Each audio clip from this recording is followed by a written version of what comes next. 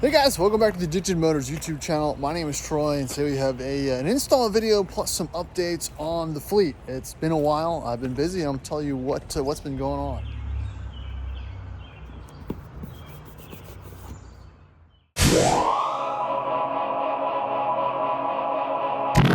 So if you notice behind me, my driveway is empty. There's nothing in the driveway. That's because there has been a slight fleet reduction. I've talked about some of these cars that I've wanting to unload for a while, and we're finally getting there. So the first one is the Jag, and the Jag's been gone for about 2 months now. Again, that was my 03 XJR. I've had it for about 2 or 3 years, and it was finally time to move on. It was just, I wasn't driving it as much as I used to, and I just have too many cars that require a little bit too much. And each of those cars could be a halo car that could almost start its own channel. And I realized that I own 3 or 4 of them. It's just not worth having all of that extra liability and things to worry about sitting outside your house at all times. Again, it wasn't a bad car. There was nothing wrong with it, but it was just time for it to move on. The second big change is the Land Cruiser, my 2004 Land Cruiser 100 series that I'd owned for 8 or 9 years. I sold that. That was the car that I thought was, the channel starter. I had it forever. I did all the things to it, and I just didn't use it anymore. And I think this is happening with a lot of people that accumulated a lot of cars and things and stuff over the COVID time. I know I keep referencing that because it was definitely a cultural shift in car videos and car culture and pretty much everything automotive related. People just accumulated things and cars and blah, blah, blah, because things got cheap, then things got expensive, and you could buy and sell. And now, it's still there. I'm still going to probably buy some junk every once in a while, but I'm focusing a little bit more on maintaining, updating, and repairing and fixing the stuff that I have, and just getting into more usable shape. So the driveway area is empty for now, but that doesn't mean I have not been busy. So let's get into the rest of the video. Doing a lot of D1 things, and I posted a video on myself doing the skid installation and the overflowing fuel neck, broken hose and all that, but I've done a lot more since then. I just didn't film it because I just wanted to get it done. Sometimes it takes more energy to film and do something that you're not sure about than it is to just knock it out and be done with it so the truck's used. So the first thing, something I mentioned in the last video but didn't finish, is the sliders. I added these sliders. They are D1, D2 sliders. They're not completely flush. They don't completely fill the gap between the A and the B pillar, blah, blah, blah, but that's okay. I did get them on. They just bolt on, obviously. The only issue is with the 94, 95 D1s, at least in the States, is they have this extra body pillar on the underside. I can show you that there, that the other ones don't. So I had and kind of shape the metal on the other side to get these to fit. So now they're on there. I think it finally completes, I think, the look of the truck. They weren't too heavy, but it's just something to add. I don't like how they stick out as much. I thought they'd be a little more flush with the body lines, but it's not here nor there. The next thing is the Genuine Wolf wheels. I didn't think I was ever really going to upgrade the wheels, but I did because they were on sale.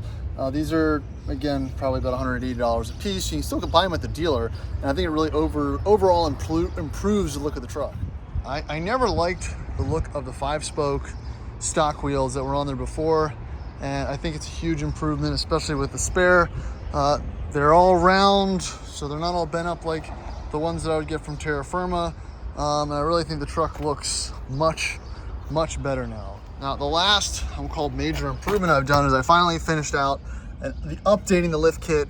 Again, I'd done the shocks before, but now I added a new set of HD springs, and it's the Terra Firma spring retention pieces. It's this right here as well. Also added those, didn't film it, but also added the D2 spring isolator and a 10 mil spacer that goes in there as well. So that all really actually levels the truck out very well, I think.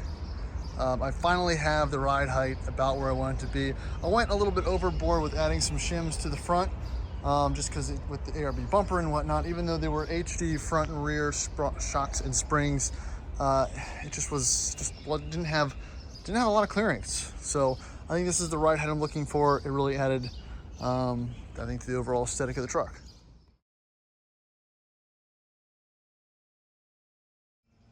But that's not the topic of today's video. Oop. YouTube hand. That's the topic of today's video. So, what is this? And who is Golden Rovers? Well, Golden Rovers, they manufacture a lot of updated accessories and equipment for the D1 and D2. He makes it all and designs it, markets it on Instagram and all and whatnot. Really great products, and this particular one will be the hard-mounted dash phone holder, and I guess I'm not sure what you call it, the equipment piece, and I'm pretty excited to get it. So let's crack it open, check it out. This is like the dash panel phone accessory holder that's gonna go right here, and then finally we'll add a good place to kind of add your phone and whatever accessories you need, so it's not clanging around in the cup holders and whatnot. Just kind of free up your hands for things. All right, man, these boxes and the tape, it really just adds another layer of interest to it. I mean, I don't know, I'm a big fan of the branded tape. It's a very satisfying package to receive. All right. Oh man, Daniel even wrote me a note. Appreciate it. Again, it's quality. This is quality stuff, quality marketing. Thanks for continued support. I'd love to hear what you think about this. Well, Daniel, we're making a video. So awesome stickers and whatnot in here. Even a little scented item. So here are the two pieces, and we'll look through the instructions and go ahead and slap these in. All right, so installation is pretty simple. If you have a D1 or D2, just remove your little rubber piece and then pop out this vent piece as well, which I didn't really even realize, which I'm probably gonna break because, you know, yep, that's what I do.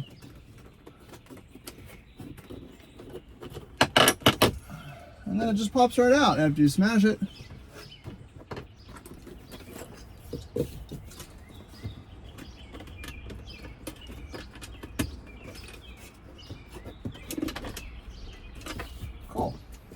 Well, almost there. And then this is one of the mounting brackets, just slides right in. And there's 3 little self-tapping screws that will go into place, and then we'll clip the rest of it on.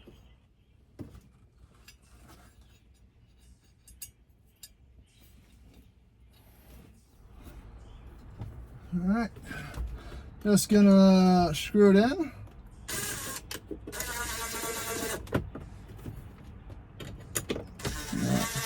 This plastic, you know, these dash pieces, they were great to start with, you know, so I'm never surprised when they disintegrate. That's why I'm not super gentle with them, I guess. And slot your mounting piece right on there that you might be looking to do. And you know, I don't think I've ever put something up here on this dash piece either.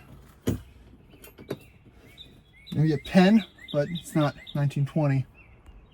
All right, so there she is on there, nice secure. I have to find some mounting brackets for whatever I want to put on there next, but step one, having your gear, your phone, your camera, whatever it is, secure on your dash without things tumbling around. So a big shout out to Daniel and team for making these good pieces of equipment, because again, there's some good stuff for D1s, but they're really kind of answering a lot of the questions and the consumer asks that people are looking for. So check out his website and try it out. I think 3 or 4 of the other guys that I wheel with have them as well, and that's kind of where I was like, I need to get one of these. So gone and done it. So just a quick little video today. Appreciate you guys watching. Like, subscribe, check out the rest of the channel, and we'll catch you on the next one. See ya.